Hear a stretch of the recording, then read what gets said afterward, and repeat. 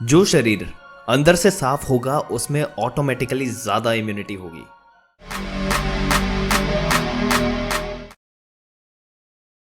इसको दोस्तों एक एग्जांपल से समझने की कोशिश करते हैं। आप इमेजिन कीजिए दो डस्टबिन है, एक बिल्कुल खाली और दूसरे में गंदगी यानी कि वेस्ट भरा पड़ा है। आपको क्या लगता है अगर कोई कीटाणु है, कोई जीवाणु है, उसको आना है तो वो कौन से डस्टबिन में आकर अपना घर बनाएगा? जाहिर सी बात है कि वो उस डस्टबिन में आएगा जिसमें कचरा पड़ा है। और कुछ ऐसे ही हमारी बॉडी में होता है। जब हम गलत खाना खाते हैं और जब हम हमेशा ही खाते रहते हैं तो हमारा शरीर अंदर से गंदा हो जाता है। जो शरीर अंदर से गंदा होता है वो ऑटोमेटिकली कीटाणुओं को अट्रैक्ट करेगा, और जो शरीर अंदर से बिल्कुल साफ है उसमें कीटाणु आएंगे ही नहीं। तो अगर आपके शरीर के अंदर टॉक्सिन्स यानी गंदगी नहीं है तो आपकी इम्यूनिटी ऑटोमेटिकली ज्यादा होगी, because a highly clean body equals a highly immune body. अब शायद आप सोचे कि मुझे कैसे पता चलेगा कि मेरी बॉडी अंदर से साफ है या नहीं, मेरी इम्यूनिटी अच्छी है या नहीं। दोस्तों, हमारे वेदों ने अच्छी इम्यूनिटी के बहुत ही क्लियर साइंस बताए हैं। इम्यूनिटी के 8 लक्षण बताए हैं। आइए एक एक करके आपको दिखाते हैं हर लक्षण यानी कि क्वालिटी के बारे में। और हम चाहेंगे कि जैसे जैसे हम डिस्कस कर रहे हैं आप अपने लिए एक चेकलिस्ट बनाते जाए। लास्ट में आप जानेंगे कि आपका इम्यूनिटी लेवल एग्जैक्टली कितना है। अच्छे इम्यूनिटी का फर्स्ट जो क्वालिटी है वो सही टाइम पर सही मात्रा में हमारा पेट साफ होना। कम से कम दिन में एक बार आप अच्छी तरह अपने पेट को साफ होना चाहिए, जिसमें आपको बिना किसी गोली या चूर्ण के सबसे आइडियल टाइम है रोज सुबह उठते ही पेट साफ होना। अगर रोज पेट साफ नहीं हो रहा मतलब कब्ज यानी कॉन्स्टिपेशन है, मतलब जो गंदगी बाहर निकलनी थी वो अब अंदर ही जमा हो रही है। और जैसे ही दोस्तों हमारा बॉडी गंदा होता है या फिर अंदर से गंदगी जमा होती है तो कीटाणु ऑटोमेटिकली अट्रैक्ट हो जाएंगे। अब यहाँ पर दूसरा लक्षण है नो एक्सेस वेट, यानी जरूरत से ज्यादा वजन ना होना। अगर रोज पेट अच्छी तरह साफ हो रहा है तो आपका वेट ऑटोमेटिकली नॉर्मल होगा। जब पेट अच्छी तरह साफ नहीं होता तो वेट बढ़ने लगता है। अब आपका वेट ज्यादा है या नहीं ये आपको खुद ही पता होगा। अगर हमारा वेट ज्यादा है तो मतलब बॉडी में गंदगी जमी है और इम्यूनिटी ऑटोमेटिकली कम होगी। तीसरी क्वालिटी है क्लियर स्किन, यानी कि हमारी त्वचा साफ होना। आपकी स्किन जो है वो आपके शरीर का एक क्लियर मिरर है, रिफ्लेक्शन है। Your skin is a reflection of what is happening inside your body. हमें एक्ने, स्पॉट्स, रैशेस कब होते हैं? जब हमारा खून अंदर से साफ नहीं होता, जब खून में गंदगी जमी होती है। अगर आपकी स्किन बिल्कुल साफ है तो आप इस लक्षण के आगे टिक लगा सकते हैं। आइए इम्यूनिटी के चौथे लक्षण पर बढ़ते हैं। एब्सेंस ऑफ लेजीनेस, यानी कि आलस्य का अनुभव नहीं होना चाहिए। अगर आपको सुबह उठकर फ्रेश नहीं लगता या आपको दिन में नींद आती रहती है तो मतलब ये कि ये क्वालिटी अभी भी मीट नहीं हो रही। हमें आलस तब आता है जब हमारे शरीर साफ नहीं होता अंदर से। तो अगर आप दिन भर एनर्जेटिक रहते हो तो ये लक्षण आप टिक कर सकते हो। पांचवी क्वालिटी है experiencing a strong sense of hunger, यानी भूख लगे तो तेज भूख लगनी चाहिए। हम में से कुछ लोग तेज भूख का अनुभव होता ही नहीं है, पेट हमेशा भरा भरा सा रहता है। इसका क्या मतलब है? मतलब कि हमारा पहला खाना जो फूड है वो अच्छी तरीके से पचा ही नहीं। अगर आपकी इम्यूनिटी अच्छी है तो आपको दिन में 1 या 2 बार तेज भूख लगनी चाहिए। तो अगर आपको पेट में तेज भूख का अनुभव होता है तो इसको आप टिक कर सकते हैं।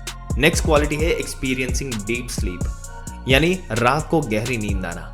अगर आप रात को बीच बीच में उठते रहते हैं या फिर आपको बेड पर लेटने के बहुत देर बाद नींद आती है तो मतलब ये लक्षण नहीं मीट हो रहा। डीप स्लीप तब मिलती है जब हम रात को सोते हैं और सीधे सवेरे आंख खुलती है, और यहाँ तक कि लेटते ही 5 मिनट के अंदर नींद आ जाती है। इसके बाद जो 7वां लक्षण है वो है no pain in the body, मतलब आपके शरीर का कोई भी अंग दर्द नहीं करना चाहिए। कभी यहाँ दर्द हो रहा है, कभी वहां दर्द हो रहा है, ऐसा नहीं होना चाहिए। आपके शरीर का कोई भी हिस्सा आपको पुकारना नहीं चाहिए। और अच्छी इम्यूनिटी का आखिरी लक्षण है एक्सपीरियंसिंग पॉजिटिव थॉट्स, यानी सुख का अनुभव होना। आप ही गौर कीजिए, आपके पूरे दिन में ज्यादातर समय आप खुश रहते हो या दुखी? अगर आपको दिन भर स्ट्रेस रहता है, टेंशन रहती है, छोटी छोटी बात पर गुस्सा आता है तो मतलब अभी ये लक्षण मीट नहीं हो रहा। अगर शरीर के अंदर गंदगी है उसका प्रभाव मन पर भी पड़ता है। तो ये हो गई हमारी अच्छी इम्यूनिटी के 8 लक्षण। अब हम बताएंगे कुछ ऐसे स्टेप्स जिनको फॉलो करके आप इसको बहुत जल्दी सही ट्रैक पर ला सकते हैं, आपकी इम्यूनिटी को बढ़ा सकते हैं।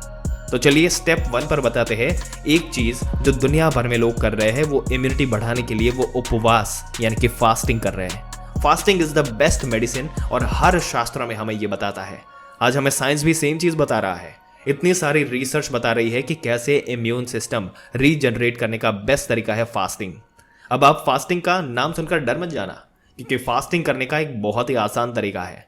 सिंपली अपना डिनर शाम को 6 बजे से पहले खा लीजिए और 6 बजे से लेकर अगले दिन 10 बजे तक कुछ ना खाए, तो हर रोज 16 घंटे के लिए आपकी बॉडी फास्टिंग स्टेट में होगी।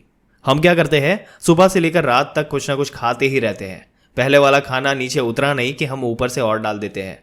जब हम हमेशा खाते रहते हैं तो दिन में 24 घंटे, हफ्ते में 7 दिन हमारा बॉडी हमेशा ही डाइजेस्ट करता रहता है और उसको हीलिंग का टाइम ही नहीं मिलता। अगर आप चाहते हैं कि आपका बॉडी हील करे तो आपको समय समय पर डाइजेशन को ब्रेक देना होगा, तो बाकी 10 घंटे आपको हीलिंग टाइम देना होगा। इस दौरान आपका बॉडी जो है, इसमें वेस्ट इकट्ठा हुआ है उसको बाहर निकालेगा, शरीर को अंदर से साफ करेगा, जो भी पुराने टॉक्सिन्स अंदर बैठे हैं उसको निकालेगा और अगर कोई कीटाणु आए हैं तो उसको भी मार के आपको प्रोटेक्ट करेगा। चलिए दोस्तों, नेक्स्ट स्टेप पर, दूसरे स्टेप के बारे में आपको बताते हैं, जिससे इम्यूनिटी बढ़ाने का आपको एक और अच्छा तरीका मिलेगा। नाश्ते में सिर्फ आपको फ्रूट्स खाने हैं। जब आप सुबह 10 बजे फास्ट तोड़ते हैं तब आपका कोई भी मनपसंद फल आप खा लीजिए, और सबसे अच्छा है कि आप एक बार में एक ही फ्रूट खाएं। फलों को डाइजेस्ट करना बहुत ही आसान होता है। इनको डाइजेस्ट होने में सिर्फ 3 घंटे लगते हैं। करीब 18 घंटे अनाज को डाइजेस्ट करने में लगते हैं। फल अपने आप में ही क्लिनजिंग फूड है, यानी शुद्धिकारक भोजन है।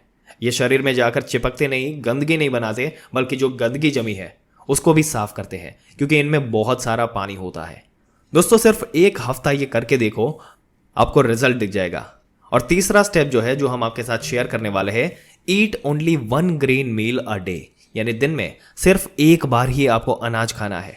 तो आपका फूड प्लान कुछ ऐसा दिखेगा। सुबह 8 बजे कोई भी सब्जी या जूस, सफेद पेठे का जूस, खीरे का जूस, नारियल पानी, ग्रीन जूस, आप कोई भी फ्रेश जूस ले लीजिए। फिर नाश्ते में 10 बजे अपना मनपसंद कोई भी फल खा लीजिए। फिर लंच में कोई भी एक अनाज ले लीजिए, 4 गुना ज्यादा सब्जी के साथ। रोटी चावल कुछ भी ले लीजिए, लेकिन उसमें 4 गुना ज्यादा सब्जी होनी चाहिए। फिर डिनर में 6 बजे से पहले सलाद या सूप ले लीजिए, और डिनर में फिर से अनाज नहीं खाना।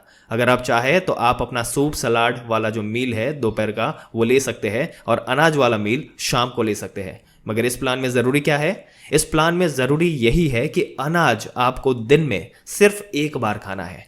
इस प्लान को 1 ग्रेन मील अ डे भी बोला जाता है। दोस्तों, दुनिया भर में लोग ये मील जो है, ये स्ट्रैटेजी जो है, इसको फॉलो करते हैं और इनका फ़ायदा ले रहे हैं। सब लोगों को पता है फास्टिंग से कितना फ़ायदा होता है, और ये तरीका भी सब लोगों को पता है। इस तरीके से वो फॉलो करते हैं। दोस्तों, आपकी क्या विचार है इम्यूनिटी को बढ़ाने के लिए, और इम्यूनिटी के बारे में जो एजुकेशनल डिटेल्स हमने आपको प्रोवाइड की, उसके बारे में अपने विचार हमें कमेंट करके ज़रूर से बताइएगा। अगर ये वीडियो और इसमें दी गई जानकारी आपको अच्छी लगी हो तो हमारी चैनल को सब्सक्राइब करके बेल आइकन जरूर से दबा दें। मिलते हैं एक और दिलचस्प वीडियो में एक और दिलचस्प जानकारी के साथ। तब तक के लिए इस वीडियो में अंत तक बने रहने के लिए आपका दिल से धन्यवाद।